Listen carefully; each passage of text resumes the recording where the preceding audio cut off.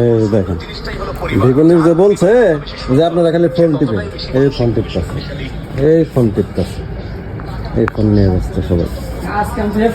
তো সে তো উচিত কথা বলছে, সে তো খারাপ, ওই যে ফোন নিয়ে ব্যস্ত।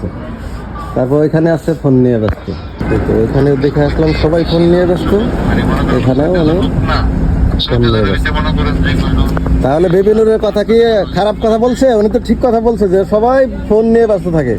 আর উচিত কথা বললেই আপনাদের লাগে যায়, কিন্তু ঠিক কথা বলছে যে ফোন টিপে আপনাদের কারণে প্রত্যেকটা কন্টেন্ট ক্রিয়েটর লক্ষ লক্ষ কোটি কোটি টাকা ইনকাম করতেছে শুধু আপনাদের এই ফোন টিপাটিপির কারণে।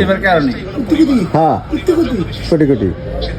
আর আমরা আসলেও টাকা পয়সা রেমিটেন্স পাঠাই, ঠিক আছে, আমাদের বেতনের দরকার নাই, তারপরে আমাদের এককালীনের দরকার নাই, দেশের প্রত্যেকটা জনগণ নিরাপদে থাকুক, তারপরে প্রত্যেকটা প্রবাসীর ফ্যামিলি নিরাপদে থাকুক, আমরা এটা চাই। আমরা বেতনে চাই না, কোনো কিছু চাই না। আমরা দেশের জন্য আরো করে যাবো, যতটুকু করতেছি আরো করবো ইনশাল্লাহ। আমরা কোনো কার্ড করতে চাই না, আমাদের কোনো কিছু লাগবে না। হ্যাঁ, আমাদের কোনো কার্ডের প্রয়োজন নাই।